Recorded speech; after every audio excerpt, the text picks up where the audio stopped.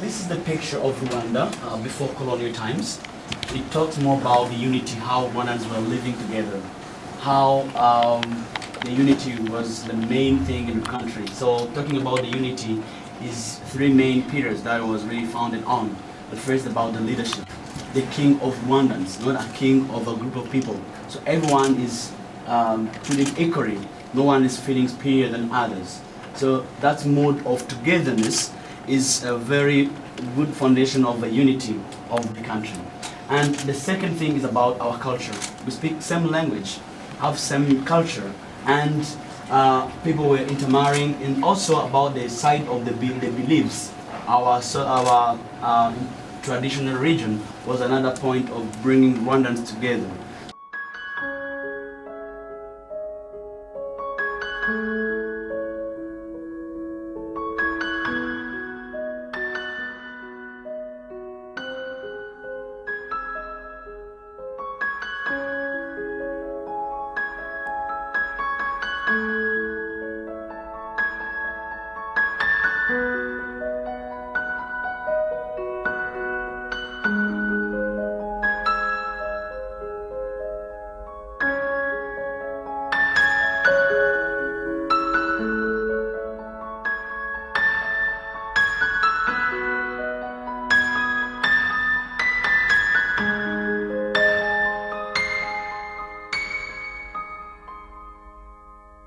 So I can say, however this was going on, solutions came from Rwandans themselves.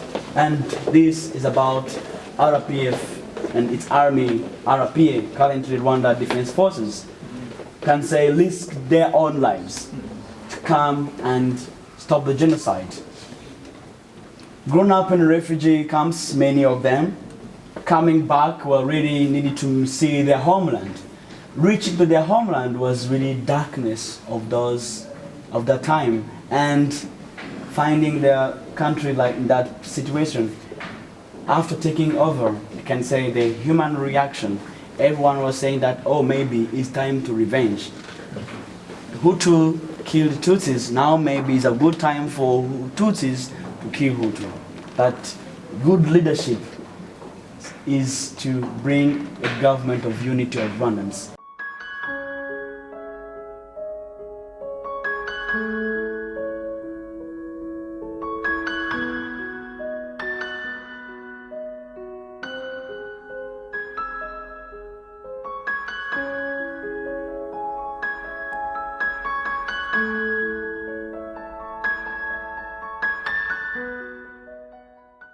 that was a creation of the International Criminal Tribunal for Rwanda that was based in Arusha, Tanzania.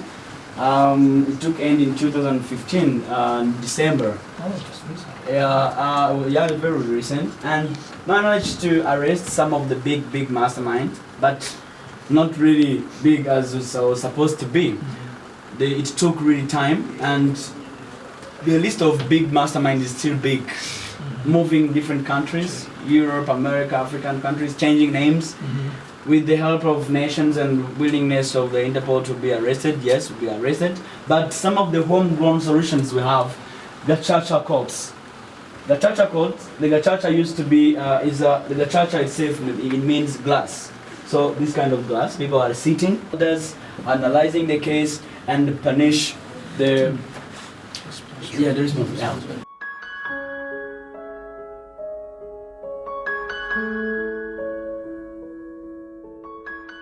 Some of the details, and this one was 12 years old, so it was hacked by a machete. And that one was 17 and also was killed by machete in Nyamata church.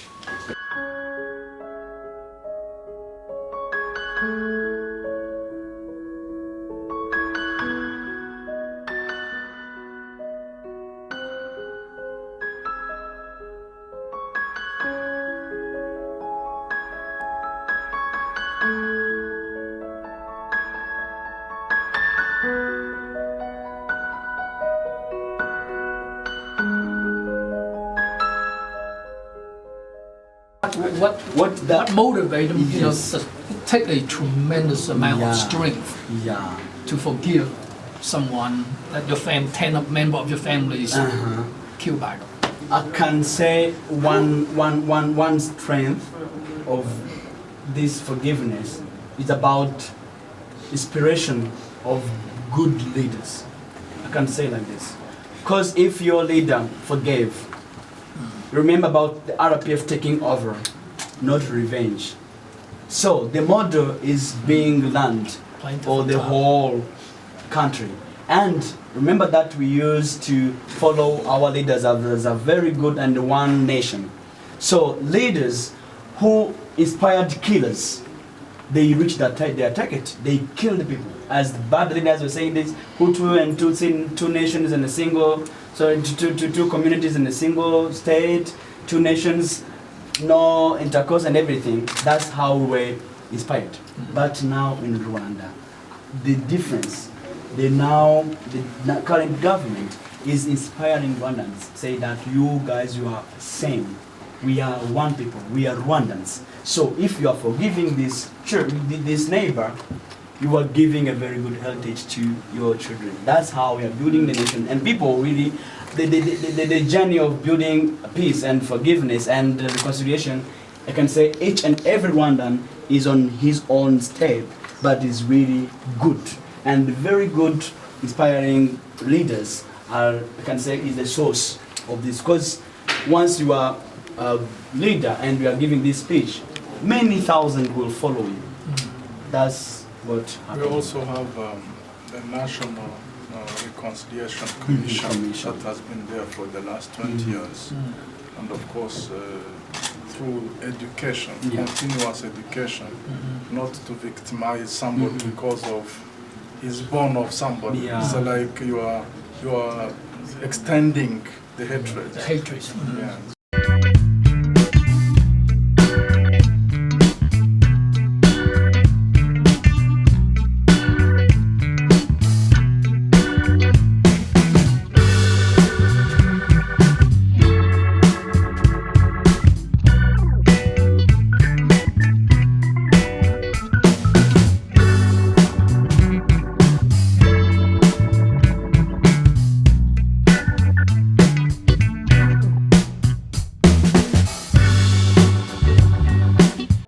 This is a very, very difficult, very emotional for me. And I have such a mixed feeling of sadness, anger, and hope at the very end. So sad for the people of Rwanda, of what you all have been through. It's just unimaginable. I feel angry of the international community, the failure of the international community to come to your aid. At the same time, I feel such a tremendous amount of hope for the future of Rwanda.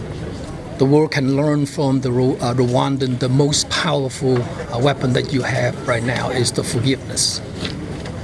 For forgiveness and move forward to build a better nation for Rwanda. And I do believe one day, not in a very too distant future, I believe that Rwanda going to be the diamond of Africa, going to be the sunshine that all the countries within the continent can learn from you.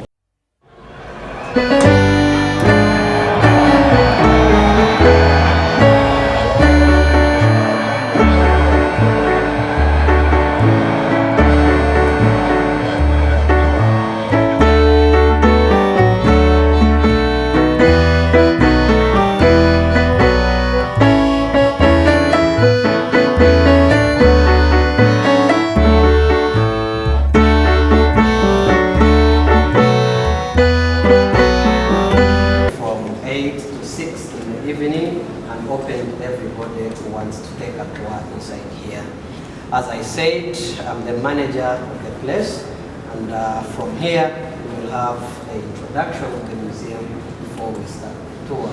And this campaign against Genocide Museum is located in the Parliamentary Building just because this Parliamentary Building hosted the Rwandan Patriotic Front politicians and the 600-man battalion force that was supposed to protect them as they were in the preparations for the installation of the broad-based transition government and the National Transition Assembly according to the Arusha peace talks during the negotiations when the liberation struggle was in.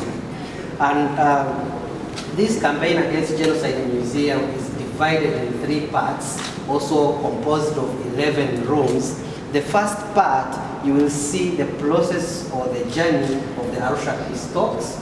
Then from there, you will see the acceleration and the plan for the execution of genocide.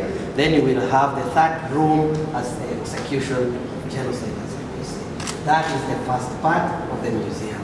Then the second part of the museum is made up of the order by the chairman RP High Command, Major General Paul Kagame, who gave the order to stop genocide, defeat genocidal forces, rescue victims of genocide, and pursue the enemy out of the country. That was the order. And we will see how this order was executed with 3rd Battalion first from here, break out from their initial positions, defend themselves here in Kigali and in the surroundings of Kigali while rescuing as many as possible targeted victims of genocide. Then we will see the order to the rest of the other forces of the Rwandan Patriotic Army as they took the southeastern axis, the main central axis, and the western axis while executing the order to stop genocide. Then the next room in the second phase will be rescue operation, and they will be the ones representing the rest of the other rescue operations that were done by the Rwandan Patriotic Army, because they were very many, but we singled out few to represent others because of the number and how hard it was to do them. Sometimes it required breaking behind enemy lines and rescuing victims from the behind the enemy. Then we will see one of the GTI or ground of tactical interest that turned to be a turning point to the campaign against genocide. Then we will see the 3rd part of the museum comprised of the main or key enemy positions that were weakened and defeated to lead to the stopping genocide. Then we will have the government of national unity being put in place as it is the same government we have today. Then we will see a small room that comprises of the acts and activities of humanity by other people who let them be civilians or Rwandans or internationals who participated in the campaign against genocide were all recognized and rewarded with a medal called the Campaign Against Genocide Medal.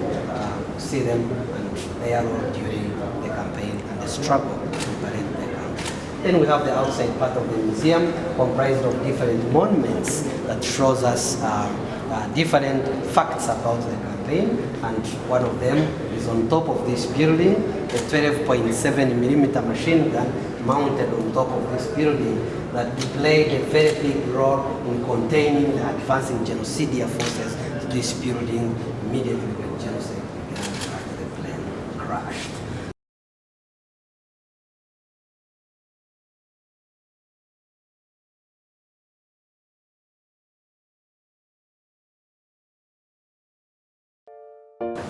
So when genocide was prepared, it was also put in action. This is a genocide execution on 6th April when the plane was shot down. Immediately the Tutsis began to be killed, and also the Hutus who opposed the plan of genocide. Here we have the architect of genocide, Colonel Toles Bagosora, who took the role of the president immediately when he died, and he ordered the presidential guard to kill these politicians who were against the plan of genocide. Even if you're Hutu, you would be killed. This is the Prime Minister, Ulindiman Gacaca, with the husband who was assassinated on the 7th, the day genocide began. And also we have the President of the Constitution Court, Joseph Kavaruganda, who was also assassinated on the 7th. And then you have the leader of PEL, Rwandan Singwa, who was also assassinated on the 7th. And then you have Frederick Nzamurambaho, who was the leader of PSD, who was also assassinated on 7th. And then together with the 10 Belgian peacekeepers that was protecting the Prime Minister Agat.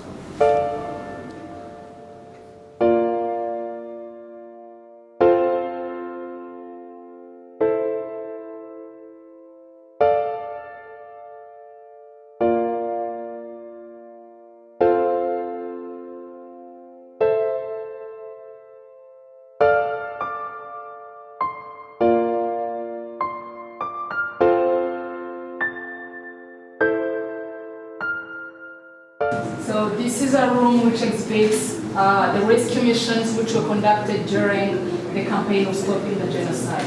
So we are going to see a few of them because all of them can't fit in this room. This here, this is a hall, actually that was the common killing during the genocide, because they were throwing people into the halls, live people and even those who were dead. So this hall was measuring 40 meters deep. In this hall they threw more than 5,000 people. Some of them were still alive and others were dead. And then when the RPF soldiers managed to get there, they saved like 12 Tutsi who were still alive. And they're here on the picture, those who were being rescued in that hall of 40 meters deep. So they spent like 7 days into that hall, so that's why maybe they are looking like that. So that's the role of women, those women who were among the RPF soldiers, because they are the ones who used to take care of the babies, the children who were rescued during the genocide.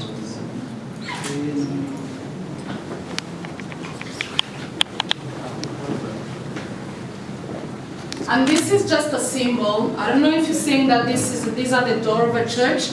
And that inside shows, actually, it's an image which shows how the real situations on how it was when the RPF soldiers were entering the church to rescue people who were there. So seeing that picture gives you the real image of how things were. Because entering the church, they were passing behind the enemy line. So that's why these soldiers who are here, those are rear guards who were just protecting the operation which was inside the church.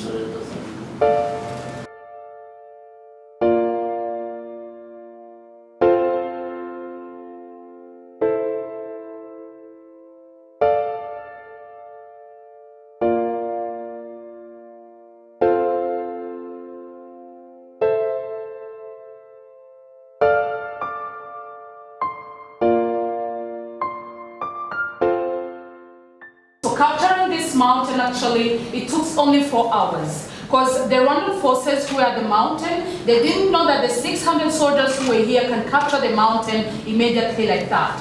So even if capturing it took only 4 hours, but resisting on this mountain, the battles lasted like 2 months. Because when you're at Rebero Mountain, you can easily control the whole town of Kigali.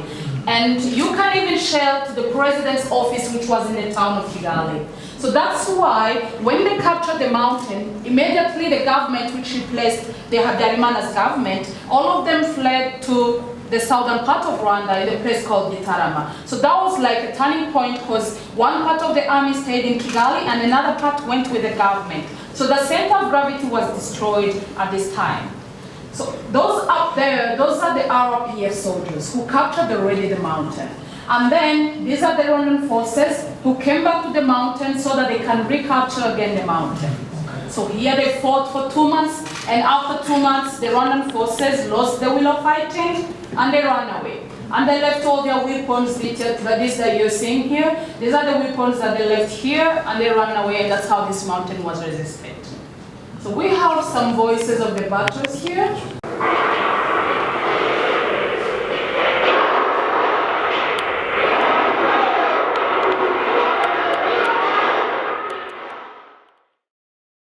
Now, 19th July 94, the transitional government was in place. He sworn in as the President of the Republic, Pastor Bizimungu, Paul Kagame, Vice President and Minister of Defense, Twagiramungu Foster, the Prime Minister.